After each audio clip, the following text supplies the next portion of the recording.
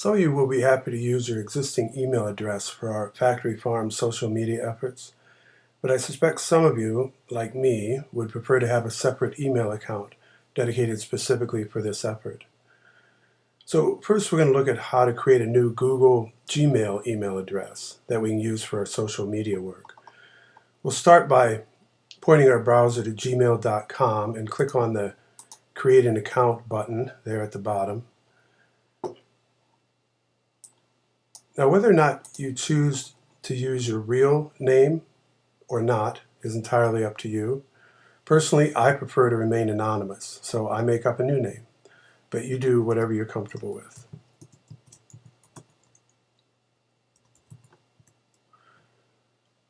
Next, you're going to create a username, and you'll find that a lot of them have already been taken, so you're going to have to get a little creative here. I would encourage you to think a bit before creating a username. Your name and your username are what people will likely see when they read your communications.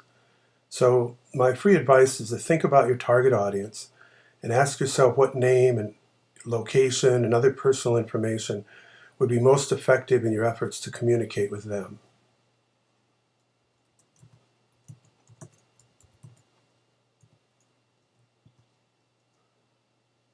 Password, of course, just follow the rules.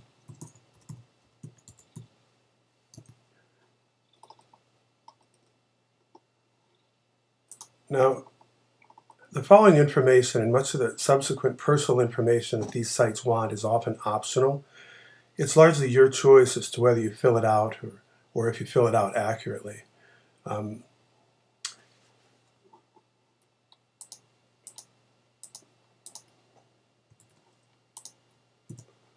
like to shave a few years off my life here. My gender, I'm choosing other. Your mobile phone and your email address, you can again fill it in or leave it blank.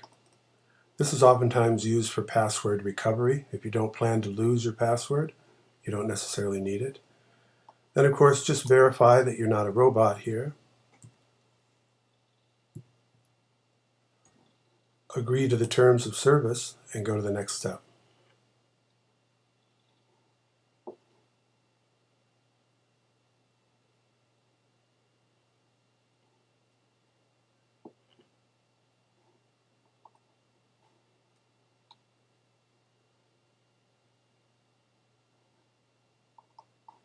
At this point, we're going to